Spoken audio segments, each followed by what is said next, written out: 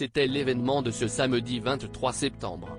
Après avoir clôturé la 3e édition des rencontres méditerranéennes au Palais du Pharaon, et discuté en tête-à-tête avec Emmanuel Macron, le pape François a conclu ses 2 jours de visite dans la cité phocéenne avec une messe votive en l'honneur de la Vierge de la Garde.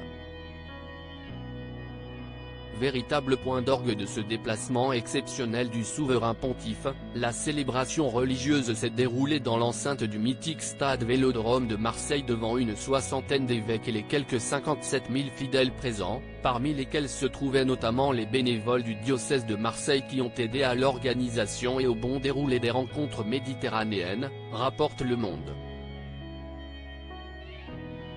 Si sa venue avait fait débat auprès de la classe politique, Emmanuel Macron était bien présent et accompagné de son épouse, Brigitte Macron. Un peu plus tôt dans la journée, le couple présidentiel avait d'ailleurs accueilli en personne le pape François lors de son arrivée au Palais du Pharaon.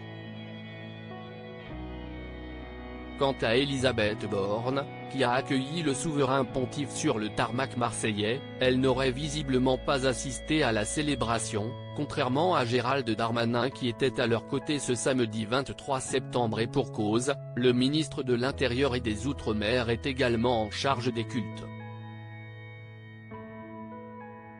Également présente en tribune officielle, Christine Lagarde, présidente de la Banque Centrale Européenne, a quant à elle pu échanger quelques mots avec le pape François à l'issue de cette célébration XXL.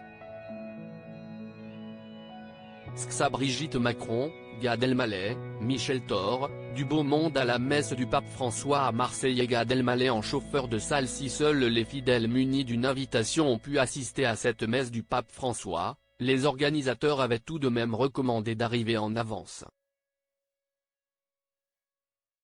Bien évidemment soumis à des contrôles de sécurité, les accès au stade Vélodrome ont ouvert sur les coups de 13 h, rapporte Le Monde, alors que le pontife n'a fait son entrée à bord de la Papamobile que 3 heures plus tard.